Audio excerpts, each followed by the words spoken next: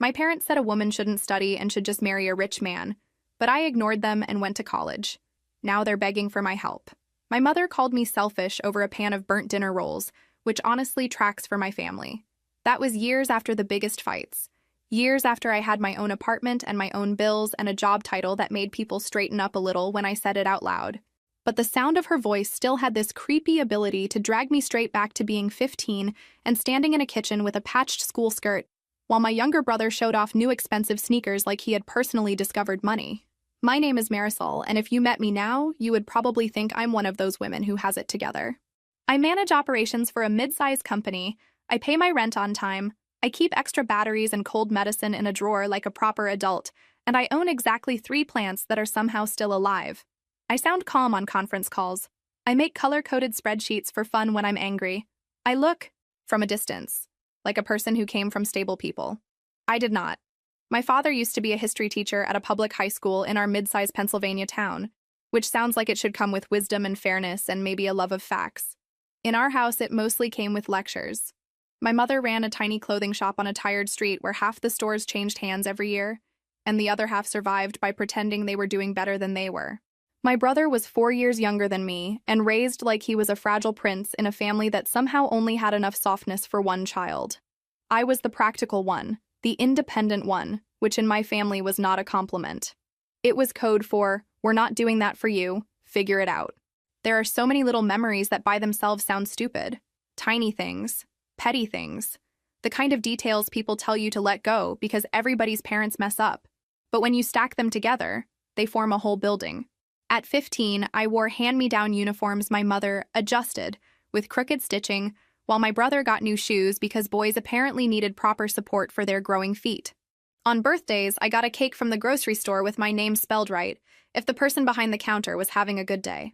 My brother got themed parties, matching plates, and my mother breathlessly asking if the balloons looked cheap. When my grandparents came over from my father's side, my grandmother would watch all this with her mouth pressed thin, like she knew exactly what was happening and hated it, but she almost never confronted my parents directly. She'd slip me $20 in the bathroom and tell me to buy myself something nice.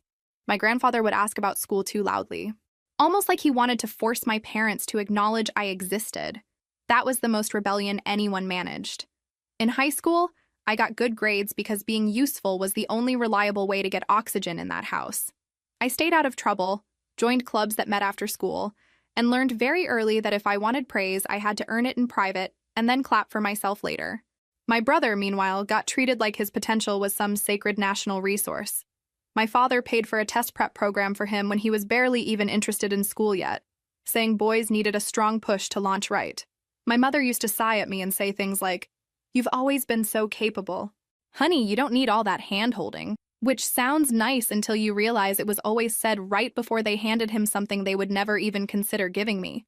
And look, I was not some saintly daughter floating above all this with graceful maturity. I rolled my eyes, I slammed cabinets. I said mean things under my breath. I was sarcastic in exactly the way adults hate from teenage girls because it forces them to hear themselves. I knew I was angry all the time, and I also knew anger made it easier for them to label me difficult. So I started doing that fun little thing girls do where they swallow half of what they want to say and then get called emotional anyway. By the time I was a senior, I was running on caffeine, resentment, and this very private fantasy that college would fix my life. Not in a movie way. I didn't think I'd go away and become some glowing new person under autumn leaves. I just thought maybe I could get out. Maybe I could get a degree, get a job with health insurance and a door that locked, and build a life where I wasn't always bracing for the next comment. I got accepted to a state university for business administration, and I remember printing the acceptance letter in the school library because I wanted to hold it in my hand before anybody at home had a chance to ruin it. I folded it into my backpack like it was a winning lottery ticket. That dinner after graduation is still one of those scenes I can replay down to the smell. Pot roast. Too much black pepper. My mother had lit the good candle because there was company coming the next day, and she liked pretending we were a family that used candles for dinner instead of power outages. I was excited in that raw, shaky way where your body is already preparing for impact, but your hope hasn't gotten the memo yet. I waited until plates were half empty, and then said I got in. Not just got in. Got into the program I wanted. I had looked into financial aid. I could work. I had a plan. My father put his fork down so hard it hit the plate with that sharp ceramic crack, and I knew before he even opened his mouth that whatever came next was not going to be congratulations. He stared at me like I had announced I was joining a circus. My mother smiled first, which somehow made it worse, because it was her soft, public smile, the one she used right before she said something cruel, in a voice sweet enough to make you question your own hearing. My father asked how exactly I expected to pay for 4 years of tuition. I said I had looked at aid packages, loans, maybe work study, maybe a job off campus if I had to. I had practiced this. I had pamphlets in my room. I was ready for concern. I was not ready for contempt. He said college debt was for fools and families with no pride. He said taking loans was basically begging with paperwork. Then he looked at my mother like he wanted an audience. And he said there was no point mortgaging our future so I could waste 4 years on a degree I would probably abandon the second I got married. Just like that. No build-up, no embarrassment, just a nice clean slice right through the middle of dinner. My mother reached across the table and touched my wrist with this fake tenderness that made me want to pull my skin off. She said very smart women scared off good men, and maybe I should think about what kind of life I really wanted. She said stability came from choosing wisely, not chasing every idea that crossed my mind. Then my father said the money they had managed to save would be reserved for my brother because a man needs a launch. A launch. Like I was a hobby and he was a mission.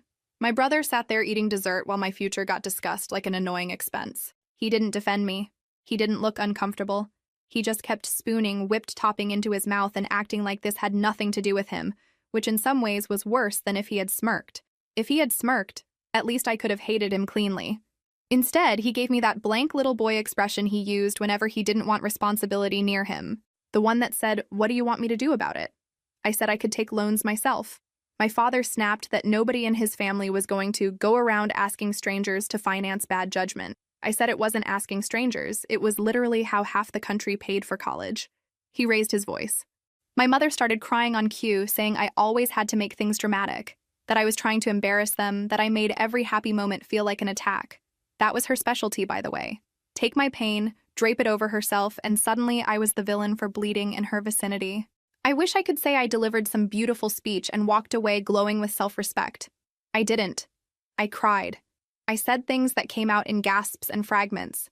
I asked why it was always different for him. I asked what exactly they had ever sacrificed for me besides opportunities. My father told me if I didn't like the rules, I knew where the door was, so there it was. A family classic. Be grateful or leave. The next week, I applied for every scholarship I could find, took the first administrative assistant job that would hire me full-time, and enrolled anyway. Nobody helped me move. Nobody asked how I was going to do classes at night after working all day. My mother told 2 relatives I was being stubborn and wanted to prove some point. She said it the way people describe a child refusing to wear a coat. My father stopped bringing up school entirely, which in our house was how punishment worked. Silence instead of screaming. Dismissal instead of support. It made me feel like a ghost who still had chores. The first 4 years after that were ugly, if I'm being honest. Not inspiring. Not character building in the cute way people say when they mean, wow, glad that wasn't me. I worked from 8 to 5 in an office where the copier jammed every other day, and the fluorescent lights made everyone look like they were being medically drained. Then I drove straight to campus for classes that started in the evening and often ran until close to midnight. On weekends, I picked up extra shifts wherever I could. Filing, front desk work, inventory help, anything that paid. I lived on cheap sandwiches, vending machine coffee, and the kind of exhaustion that makes you cry because somebody drops a spoon. One night, I passed out in the library, just fully dropped. A girl from one of my classes shook me awake and kept asking if I was diabetic. I wasn't. I was broke and tired and trying to prove I deserved the space I was taking up in the world.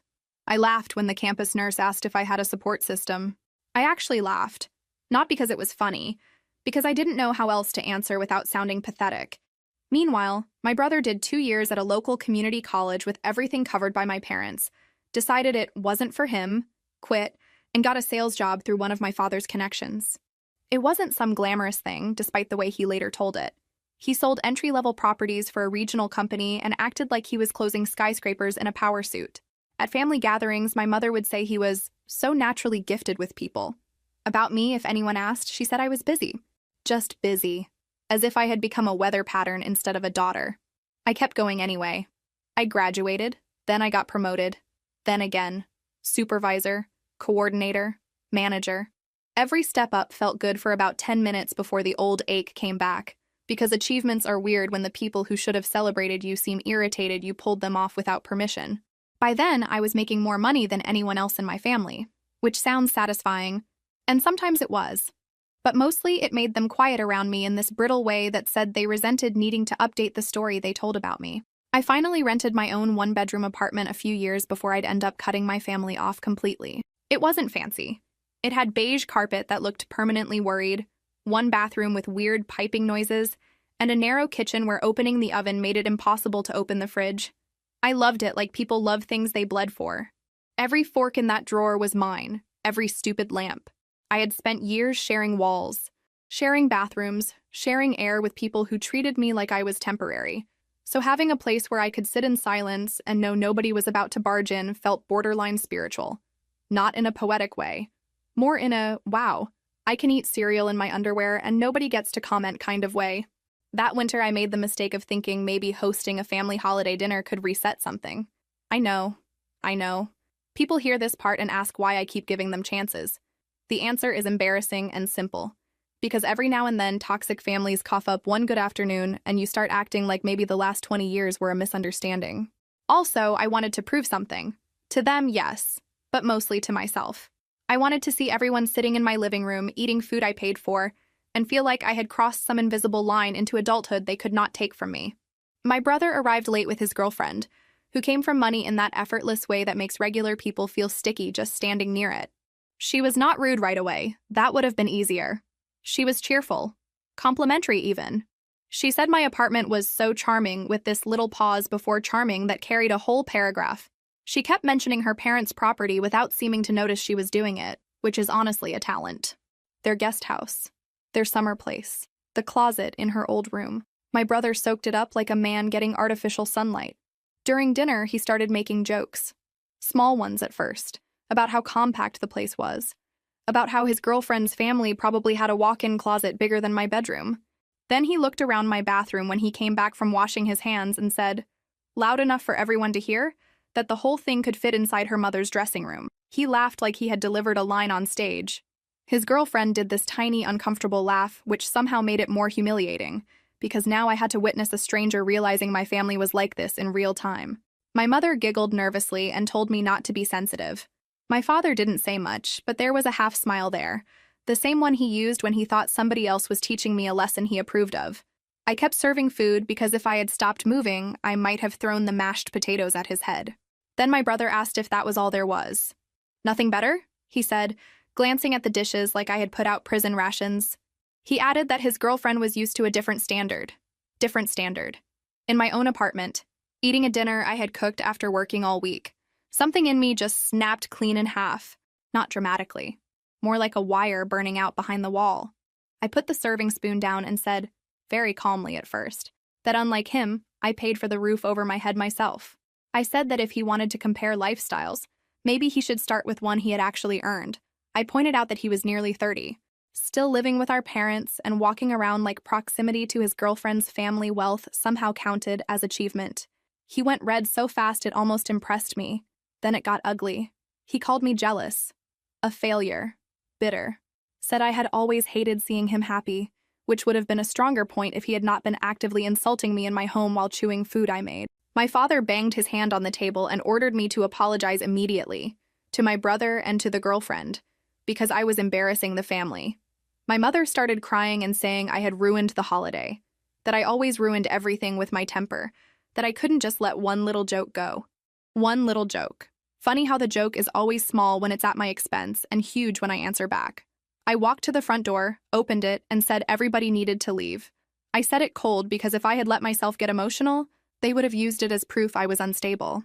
My mother stared at me like I had slapped her. My father told me not to be ridiculous. My brother stood up and knocked his chair back and called me pathetic. I repeated myself, out, now. They went, but not quietly. My mother did the wounded martyr thing all the way down the hall. My father said I would regret this. My brother turned in the parking lot and yelled that I was going to die alone because nobody could stand being around me for long. I can still hear the shape of it, if not every exact word. You know how some sentences stick to your bones because they sound suspiciously like the thing you already fear about yourself? Yeah, that. After I locked the door, I sat on the kitchen floor in front of the dishwasher and cried so hard I gave myself a headache. Then, because humiliation and practicality are roommates, I got up and put the leftovers away. I blocked my brother that night. I didn't talk to him for 5 years.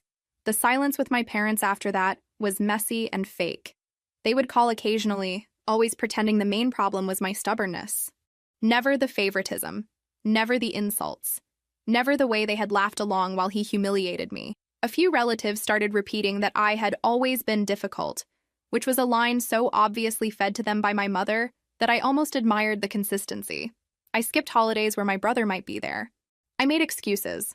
Work, headaches, deadlines, bad weather, whatever I needed. My grandparents still saw me. My grandmother would squeeze my hand and say I had done the right thing, though even she stopped short of telling my parents off directly. Family systems are amazing that way. Everybody sees it. Nobody wants the smoke. Over those 5 years, my life got steadier from the outside. Better apartment, better salary, health insurance that covered therapy, which was rude timing because by then I had enough issues to keep a therapist employed forever. I dated a little, nothing dramatic. Mostly men who liked that I seemed independent until they realized independence sometimes looks like difficulty letting anybody help you carry groceries. I worked too much. I slept with my phone under my pillow when quarterly reporting got bad. I told myself I was over my family. Then my grandmother called one spring afternoon and told me my brother was engaged to the same girlfriend from that dinner, and the whole old ache sat up inside me like it had been napping. Not dead. Apparently the wedding was going to be big. Bigger than big, actually.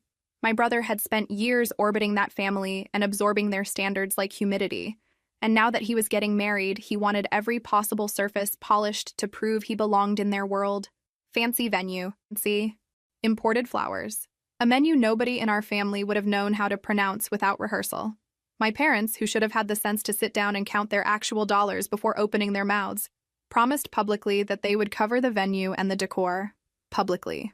In front of people who absolutely did not need to know their finances, but definitely needed to know their pride. That part came to me in pieces through my grandparents and one aunt who still occasionally spoke to me without making it weird. My parents were obsessed with not looking small next to the future in-laws. My mother was apparently talking about centerpieces like she was producing a state wedding. My father was acting like this was an investment in family respectability. Family respectability. We could not even survive one honest dinner, but sure, let's perform class status for strangers. Then reality did what reality always does when you build a fantasy on top of a checking account.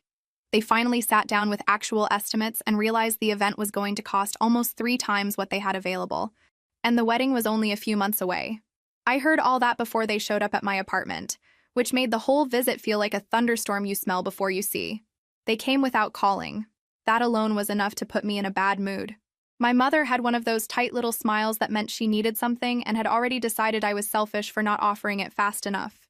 My father looked annoyed to be there, which was incredible considering he was the one arriving at my home empty-handed to ask for money. I let them in because curiosity is a character flaw of mine. They sat in the same living room my brother had mocked years earlier, and for one vicious second I wondered if either of them noticed that nothing in here looked cheap. Not because I was rich, because I had spent years learning how to buy carefully and stretch a dollar without making my life look sad. My father cleared his throat and explained they needed a substantial loan. He said loan like he was discussing a respectable business arrangement between equals, not asking the daughter he had once practically called shameless for considering student debt. My mother started crying before he got halfway through the explanation. She talked about humiliation, about appearances, about how devastating it would be if the groom's side could not uphold what had been promised. She said I didn't understand how important this was for the family, which is wild because the family had spent most of my life making it very clear I was not central enough to matter when it counted. I let them finish. I really did. Then I asked if loans were still pathetic and shameful, or if that moral principle had expired when the bill involved imported flowers. The look on my father's face was almost worth the whole miserable childhood. He said this was different. Of course it was. It was about family honor. Not a wasteful degree. Not personal ambition. Not pride. Family honor. I asked whether one day of fancy table settings was genuinely more important than the education that let me build the life they were currently trying to borrow from. My mother cried harder and said, "After everything we've done for you." I asked her, very calmly, to name one thing. Just one. The room went so quiet I could hear my refrigerator humming. She stared at me like I had violated some sacred code by asking for evidence. My father told me I was being cruel for the sake of it. I told him no, I was being specific, which our family often confused with cruelty, because facts had a bad habit of ruining their preferred storyline. Then I said no. Not maybe. Not let me think about it. No. He stood up so fast I thought for a second he might actually knock something over. He said I was petty, vindictive, and eager to punish everyone forever over old misunderstandings. Old misunderstandings. That phrase made me laugh in his face. Laugh. My mother did the martyr glance around the room like the walls themselves might witness her suffering and report it later. They left angry, not ashamed, not thoughtful. Angry. 2 days later, my phone started blowing up. Aunt, cousin, other cousin. An uncle I hadn't seen in ages suddenly remembered I existed long enough to text me that money had gone to my head. A relative I barely knew left a voicemail saying my parents had sacrificed so much and I was cold-hearted for abandoning them in their hour of need. My mother had clearly gone on tour with a revised version of events where I was the rich, ungrateful daughter refusing to help the loving parents who had done everything for me. Nobody mentioned that I had paid my own way through college. Nobody mentioned the years of sexist garbage. Nobody mentioned that the wedding they couldn't afford was for the son they had always prioritized. I blocked numbers until my thumb hurt. But before I blocked them, I read enough to do that awful thing where the gaslighting starts working because it comes in chorus form. A small part of me wondered if I was being too hard, whether I should just wire the money and buy myself peace, whether maybe this was one of those moments mature adults swallow their pride and do the decent thing. Then I remembered falling asleep over textbooks with a sandwich in my lap while my brother lived at home with his expenses covered, and the guilt dried right up. I cut contact with my parents after that. Full stop. No calls, no texts, no holiday cards with fake signatures. Nothing. I was done being the emergency backup fund for people who had treated my future like an inconvenience. Silence would have been nice. Silence did not happen. About a week later, there was pounding at my apartment door hard enough to rattle the frame. I opened it and found my father standing there already halfway into a rage, my mother right behind him with her purse clutched to her chest like she was about to testify in church. Before I could say anything, he pushed past me into the apartment without being invited. That old move, the one from childhood where my space was never really mine if he had decided otherwise. I told him he needed to leave. He ignored me. He launched straight into this speech about how I had destroyed the relationship between my parents and their son. Their son. Not my brother, not our family. Their son. He said when they told him they couldn't cover everything they had promised, he panicked, felt humiliated, and turned on them. Apparently, he had yelled that they made him look ridiculous in front of his future in-law. Apparently, my mother cried. My father shouted back, and the whole thing exploded in the dramatic trash fire you would expect when a lifetime of enabling finally stops paying off. Then came the part that was somehow supposed to land on me. My father said if I had just helped, none of that would have happened, that I had caused this out of spite, that my refusal had poisoned the family and left them exposed. My mother started sobbing and said they had lost the only son who still cared, which was a nasty little sentence even by our standards. Then she corrected herself in the most insulting way possible by saying she didn't mean it like that. Sure. I told them what I honestly believed, that they had created this exact disaster by building my brother into a man who thought promises were facts and consequences were other people's problem. I said he reacted the way he did because nobody had ever taught him disappointment without rescue. I said this was not my bill, emotionally or financially. My father's face changed when I said that. It got colder, less furious, more dangerous in that ordinary domestic way where you know the yelling phase is over and the cruelty phase has started. He said I had always enjoyed acting superior, that I thought paying my own way made me better than the family that raised me. I said no, I thought paying my own way meant I didn't owe them a performance of gratitude every time they needed something. My mother told me I was heartless. I told her being done wasn't the same as being heartless. She cried harder. Of course she did. Tears were her smoke machine. They came out whenever she needed to blur the stage. The argument lasted maybe 10 minutes, maybe 30. Hard to say. Time gets weird when your nervous system is trying to decide whether to scream or freeze. At one point, my father jabbed a finger toward me and said I would pay for tearing the family apart. He did not mean physically, before anybody gets dramatic. He meant socially, emotionally, through reputation, through the old family network of whispers and rewrites and moral theater. Still, hearing your own father say you'll pay for telling the truth does something gross to your insides.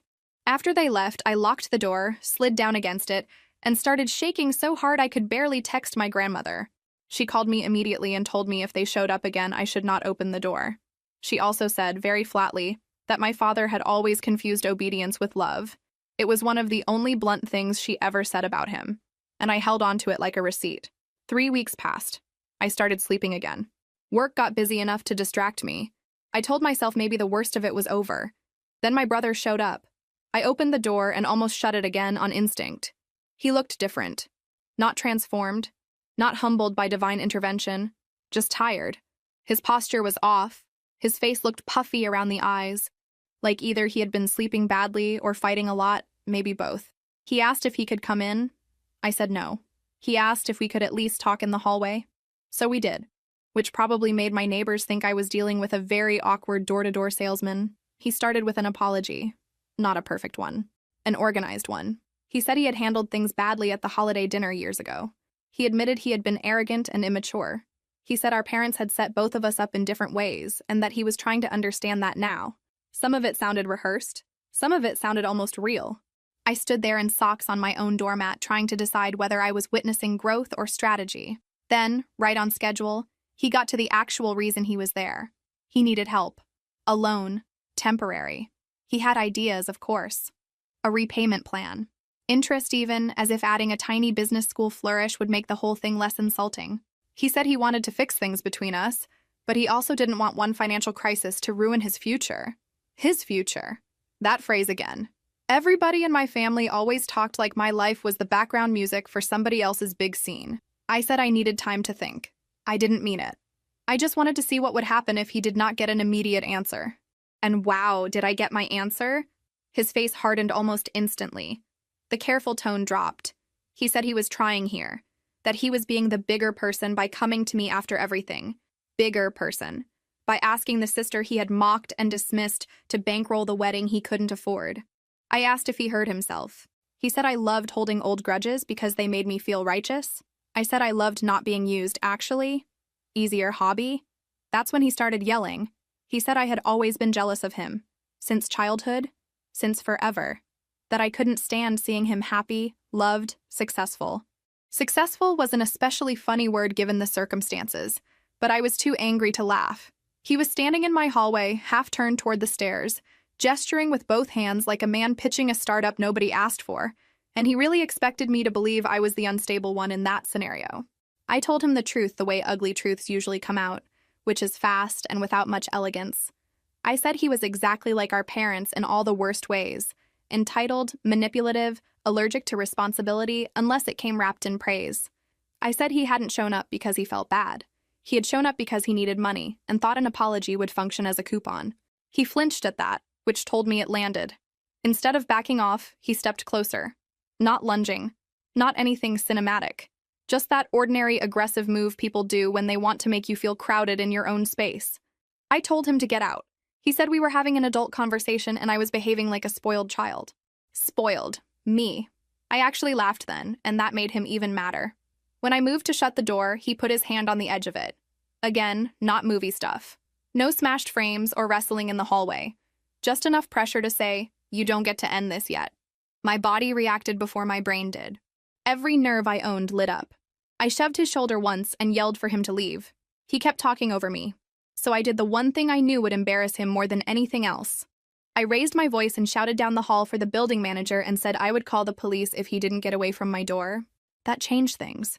It was like somebody let the air out of him. He took his hand off the door immediately, partly because he was startled, partly because the thought of neighbors hearing the word police was apparently more horrifying than his own behavior. He backed up and called me toxic, said he would tell everybody what I was really like. I said, please do, which was not my wisest line, but definitely one of my favorites. Then I shut the door, locked it, and stood there shaking so hard I had to lean on the wall. I wish I could tell you I felt triumphant. I didn't. I felt furious, sick, weirdly sad, and embarrassed all at once.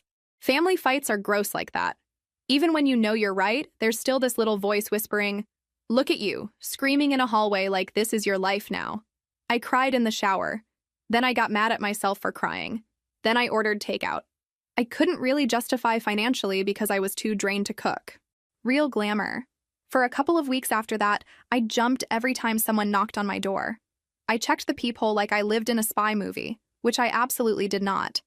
I told my manager I needed a day off because of a family situation, And she gave me the kind of look women give each other when we all know that phrase means disaster without needing subtitles. I spent one Saturday deep cleaning my apartment with aggressive music on just to burn off adrenaline. I threw out expired spices. I reorganized the junk drawer. I found a receipt from 3 years earlier and cried over that too, because apparently my nervous system had decided absolutely anything could be a trigger if it tried hard enough. Then, 2 weeks later, an envelope arrived in the mail with my name written in my mother's familiar looping handwriting. It was a wedding invitation. I actually thought it might be a joke at first. Or bait. Or one of those manipulative gestures where somebody invites you only so they can later say, "See, we included you," and then blame you for not showing.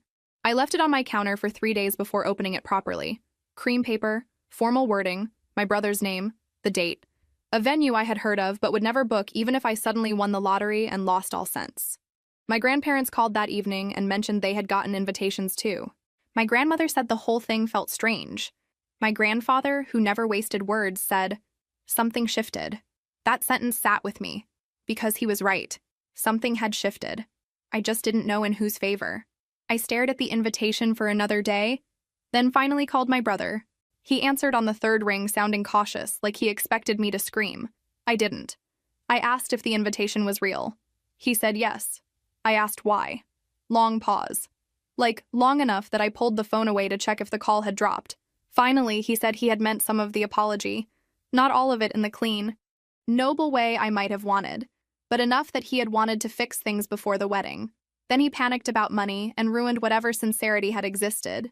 He said after our fight, he ended up telling his fiancée more of the truth than he ever had before. Not because he woke up enlightened. Exactly.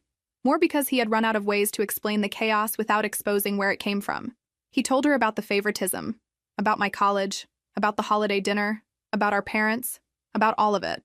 I stood there in my kitchen barefoot, gripping the edge of the counter, while he quietly admitted that she had been disgusted. Not by me, by him.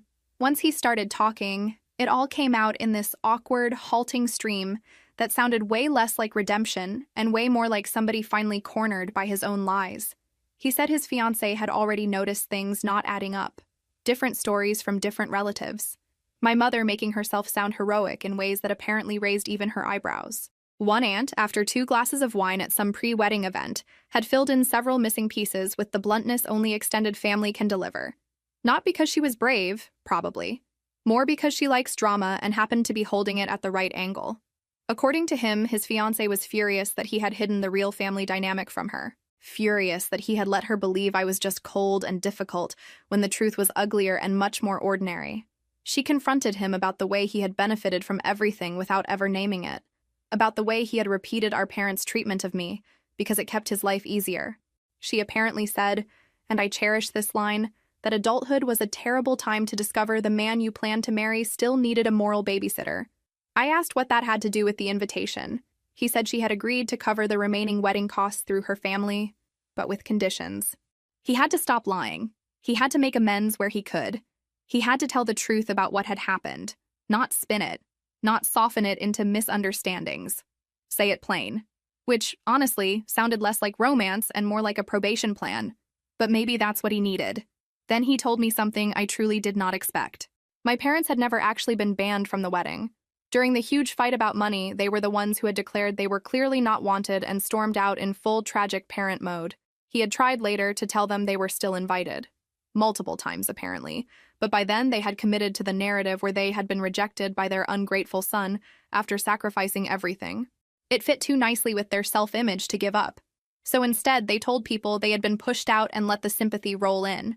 The whole thing made me sick in that tired way where you're not shocked, just exhausted by how predictable it all is once someone finally says it out loud. I asked if he expected me to forgive him because his fiancée made him do homework. He said no. At least not immediately. He said he just wanted me to know I had not imagined any of it. Which sounds like a small thing, but if you grow up in a house where reality gets rewritten every time your feelings inconvenience someone, hearing the other person admit the truth matters in a gross, painful way. I did not melt. I did not say, "Oh my God, family is family, let's heal." Absolutely not. I told him I was glad he had finally noticed the house was on fire, but I had been coughing on smoke for years. He went quiet. Then he said he knew. That was maybe the most honest part of the whole conversation. because he did not dress it up. He just knew. We ended the call without a grand moment. No tears. No promise to start over. Just a weird, uncomfortable truce where two damaged adults recognized they had survived the same parents from different positions in the blast radius. I spent the next few days arguing with myself about whether to go. One minute, I thought absolutely not. Why would I volunteer for a room full of old humiliation and expensive chairs? The next minute, I thought maybe showing up on my own terms would matter to me more than to him. My therapist, who by then knew my family tree like a cursed map, asked what choice would let me sleep best afterward. I hated that question because it was good. Then my brother called again. He sounded almost embarrassed, asking, which I appreciated. He said if I did come, would I be willing to stand with him for part of the ceremony prep? Because our parents were still refusing contact and the whole thing felt ugly. He did not frame it as me saving him. More like, I don't know how to do this and I'm asking. There is a difference.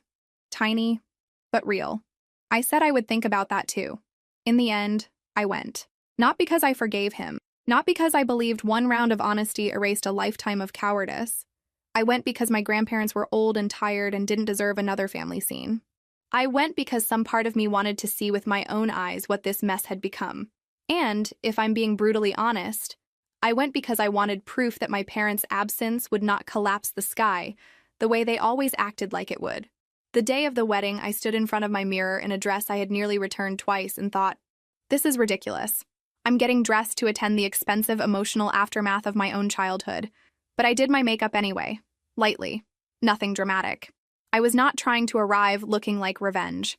I just wanted to look like a woman who belonged in any room she chose to walk into. The venue was beautiful in that polished, neutral, aggressively tasteful way money tends to produce. Fresh flowers, soft lighting, staff moving around like they had rehearsed breathing. My grandparents were already there. My grandmother clutching tissues and trying to pretend it was allergies. A couple of distant aunts showed up. That was basically it from our side. Fewer than 10 people, and half of them looked like they had dressed for joy but packed disappointment in their handbags. My brother's fiancée found me before the ceremony and apologized. Not dramatically, not trying to make us friends. She just said she had judged the situation badly and should have asked more questions sooner. I appreciated that. I also noticed she looked at me with a kind of careful respect after that, which was new and strangely sad because I had never wanted to earn dignity through surviving my family in public. The whole thing felt beautiful and bleak at the same time. You know when something is objectively nice? The flowers are right, the music is soft, the food smells expensive, and yet the air still feels wrong because everybody knows who is missing and why. That. Every smile had a little strain in it.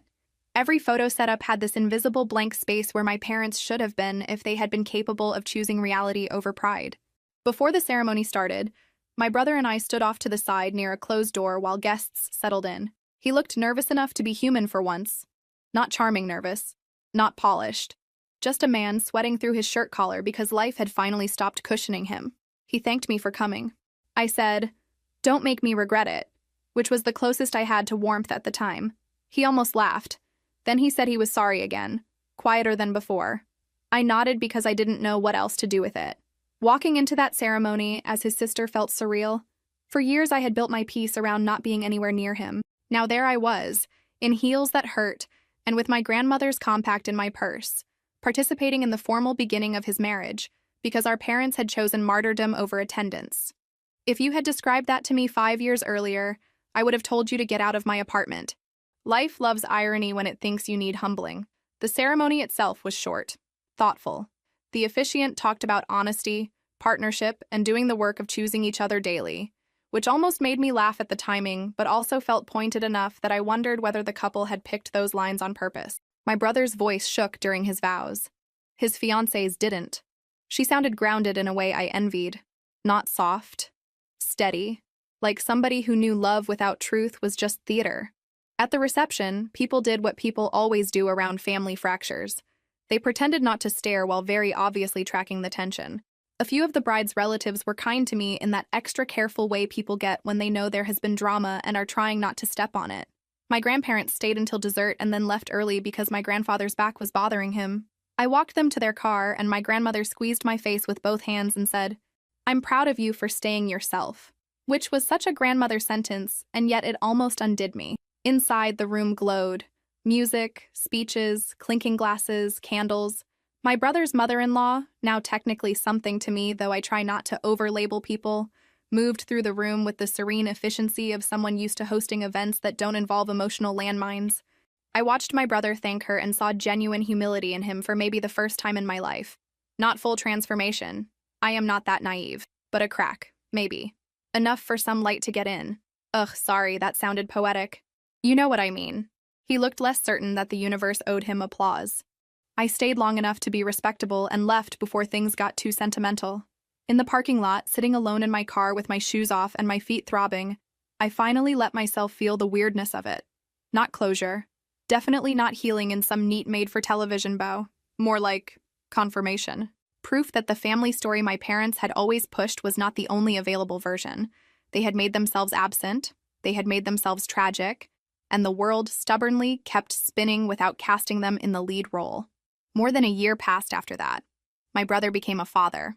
He and his wife named their son after our paternal grandfather instead of our father, which said a lot without needing a speech. My parents never reached out. Not to congratulate him, not to ask about the baby, not to me either. No dramatic apology, no midnight reckoning, just silence, which in some ways was the purest form of them. If they could not be admired, they preferred to be mourned, and if they could not be mourned properly, they vanished. My grandparents became active great-grandparents with the kind of joy that made me happy and furious at the same time. Happy because they adored that baby. Furious because watching them coo over him in ordinary, gentle ways made it even clearer how little tenderness had existed in my own house growing up. I visited often enough that my nephew started reaching for me before he could say my name properly. The first time he toddled toward me with both hands out, I had to blink fast and look at the wall for a second. I am not great at receiving uncomplicated affection. Working on it. My relationship with my brother settled into something careful, cordial, functional, better than before, nowhere near innocent. We talked about practical things, diaper blowouts, sleep schedules, which side of town had the better pediatric clinic. We did not sit around unpacking childhood every weekend. There are some wounds that get cleaner with distance, not repeated handling. Every now and then he would say something that showed he really had started rethinking the past, and I would feel this confusing mix of satisfaction and grief. Satisfaction because finally, obviously. Grief because recognition after the damage is done is still late. I also noticed things I hated noticing. How easy warmth came from his wife's family. The way they included him in little rituals without making him audition for belonging. Sunday dinners. Group texts about birthdays. Extra folding chairs appearing without anybody turning it into a sacrifice. It irritated me in that petty, ugly way because part of me wanted to say, where was all this when I was begging life to be less sharp? But another part of me understood that envy was not about wanting their exact family. It was about finally seeing a version of ordinary care and realizing how radical it had always been. Sometimes people ask if I miss my parents. I miss the idea of having parents. I miss the version of them I kept trying to manufacture out of scraps. I miss what their love might have looked like if it had not always come with conditions, roles, and rankings. But them, specifically? The actual two people who kept choosing pride over honesty? No. What hurts is not losing them. What hurts is understanding, over and over, that a lot of what I thought was love was performance with decent timing. The older my nephew got, the stranger my own history started to feel in my body. Babies do that, I think. They expose things. You hold this tiny person who drools on your shirt and kicks one sock off with the determination of a tiny drunk man, and suddenly your whole nervous system starts asking questions you were not planning to answer before lunch. Like, how hard would it really have been for someone to choose softness with me more often? Like, why did basic care always feel like a prize to be earned in my house instead of a starting point? Like, why was I 40 different kinds of prepared for disappointment by the time I was 12? I never became especially close to my brother again, and I want to be clear about that because people love a redemption arc way more than reality usually supports. We were not suddenly best friends. We did not call each other every night. We did not tearfully rebuild from the ground up while inspirational music played somewhere off-screen. He was still him. I was still me. We had a history full of splinters. But we did reach this awkward adult understanding where we could exist in the same room without pretending the past had been fine. And honestly, that was more than I once thought possible. There were setbacks. Of course there were. One time, about 6 months after the baby was born, he casually joked that I was still kind of scary when I'm mad, and I looked at him so hard he went pale. Because there it was. The old family reflex. Reduce my anger to a personality flaw instead of asking what caused it. He apologized quickly, said he had not meant it that way. Maybe he hadn't. But intent is such a convenient little pillow people like to hide behind after they've thrown something sharp at you. I told him if he wanted this fragile version of a sibling relationship to continue, he needed to stop reaching for old scripts when he got uncomfortable. He said, okay. Then, to his credit, he actually listened. My own life kept moving in the non-cinematic way lives do. Work stayed busy. I got one promotion and turned down another because I finally learned that more money is not always worth becoming a haunted shell with excellent email response times. I started dating a man from another department for a while, then ended it when I realized he was attracted to the idea of me being low maintenance, which is a phrase men should really stop using unless they want women to hear, I'm looking for someone who won't have needs. I took a weekend trip alone. I bought better pillows. I unfollowed a bunch of relatives from a social media app because even seeing their vacation photos annoyed me on principle. Healing is glamorous stuff. Every now and then one of my parents' flying monkeys would resurface. A text from a cousin saying my mother still cried over the family breakdown. A message from an aunt hinting that life was short and maybe I should reconsider reconciliation. Nobody ever came to me with specifics, interestingly. Nobody said, your father admitted he was wrong. Your mother wants to talk honestly. It was always vague, emotional pressure without accountability attached. The family version of recycling old air. I ignored it. Then my grandfather got sick for a while. Not catastrophic, thankfully, but enough to scare all of us. Hospital stay. Medication changes. Long afternoons in waiting rooms that smell like sanitizer and stale coffee. During that time, the topic of my parents came up more than once because stress has a way of dragging every unresolved thing to the surface. My grandmother, who had protected them with silence for most of my life, finally admitted she regretted not interfering more when I was younger. She said she kept telling herself it wasn't her place to challenge how they raised their children. Then she looked at me with tears in her eyes and said sometimes not interfering is just cowardice dressed up as respect. That wrecked me more than any dramatic apology could have, because it was true. And because hearing an older woman say it so plainly felt like somebody finally naming a law I had been living under without consent. It also made me rethink my own role in my nephew's life. I could not be the fun aunt who noticed things and stayed quiet because speaking up felt awkward. If I was going to stay in his world, I wanted to show up honestly, not harshly, not hovering, just honestly. So when my brother and his wife started drifting into some uneven patterns after the baby, mostly around emotional labor and whose career mattered more on hard weeks, I did not pretend not to see. I did not stage an intervention either. Again, real life. But when my brother complained to me once that his wife was always tense now, I told him maybe she was exhausted from carrying the invisible half of parenting, while also trying not to become the household manager of a grown man. He got defensive. Then he got quiet. Then, a few days later, he texted me and said he had been a jerk and had booked the pediatric appointment himself. Tiny step. Still counts. That is the thing about family damage. It reproduces if nobody interrupts it. Not always in giant, obvious ways, sometimes in small, lazy assumptions. In who gets thanked, in who gets heard, in whose dreams are treated like the default setting and whose are treated like optional accessories. I had lived my whole life inside those patterns. Seeing them start to repeat one generation down made my skin crawl. My parents, meanwhile, stayed ghosts by choice. I found out through a relative that they had started telling people they were giving the children space because they refused to be disrespected further. Which, wow. Even their absence had to come with self-praise. Apparently, they had also complained that my brother's wife's family turned him against them, as if he had no agency and no memory of his own. They blamed me too, naturally. I was still the difficult daughter, the cold one, the one who had always thought she was better. Funny how they never promoted me to saint no matter how much responsibility I carried. But let me say no once, and suddenly I had the power to destroy dynasties. Sometimes I wonder if they really believe their own version, or if belief stopped mattering years ago and what they actually need is the performance. Maybe those are the same thing after long enough. Maybe if you repeat a lie inside a family for enough holidays, it starts furnishing the place. I used to fantasize about some final confrontation where I would say every perfect thing and they would have to hear it. I don't anymore. Not because I became wiser than rage. I still have rage. Plenty. But because I finally understood something annoying and freeing. People who protect their delusions that hard are not waiting for your evidence. They are waiting for your participation. They need you inside the play. They need your tears, your defenses, your willingness to argue on their stage so they can keep casting themselves as misunderstood.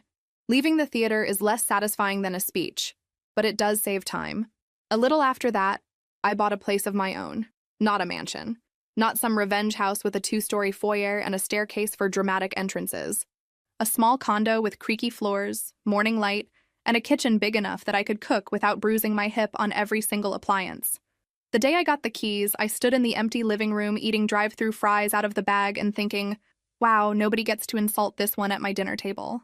That was my first thought. Not gratitude, not maturity, spite with a mortgage. I invited my brother's family over for the first holiday dinner there because apparently I enjoy emotional challenges disguised as menus. My nephew ran in like he paid the property taxes himself. My brother offered to help in the kitchen without turning it into a heroic event, which I noticed. His wife brought pie and did not let me do that fake hostess thing, where I insist I need no help while quietly drowning.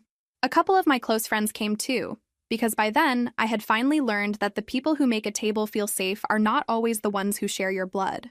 Sometimes they are just the ones who show up on time, bring extra ice, and don't rewrite your life when you leave the room. Dinner was loud and imperfect and ordinary. Somebody spilled cider. My nephew dropped a roll and blamed gravity like he was presenting legal defense.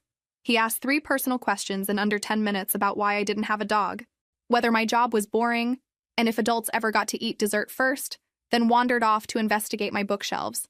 I laughed so hard I had to sit down. At one point, I looked around the room and felt this strange pressure behind my ribs. Not sadness, not happiness either. Something fuller and harder to name. Because nobody there was performing family. Nobody was keeping score. Nobody needed me to be the easy one so they could stay comfortable. I wasn't shrinking. I wasn't bracing. I was just in my home, with people who knew the ugly version too, and still passed me the potatoes like that was enough information. A week later, I was putting away some recipe cards from my grandmother's box when I found one I had somehow missed. It wasn't a recipe, just her handwriting on a blank index card. It said, "Make your own table and bless it." I sat down on my kitchen floor and cried so hard I scared myself a little. Because that was what I had done, even before I had words for it. So no, the scar never disappeared. There are still days when a certain tone of voice can drag me straight back to that old house. There are still moments when I hear somebody praise a son for the bare minimum, and my whole body tenses before my brain catches up. There are still holidays when I think about what it might have been like to grow up in a family where love didn't need a favorite child to orbit around. But that grief doesn't run the place anymore. My parents are still out there somewhere, probably explaining themselves badly to anyone willing to listen. My brother is still trying. My nephew is loud in the healthiest way and still thinks dinosaur pajamas count as formal wear. I still get angry. I still overwork when I'm stressed and clean my kitchen like I'm trying to scrub a memory off the counters. But I also have a home, boundaries, people who show up honestly, and enough self-respect now to know that being unloved correctly by the wrong people doesn't make me hard to love. It just made me harder to fool. And honestly, after everything, I can live with that.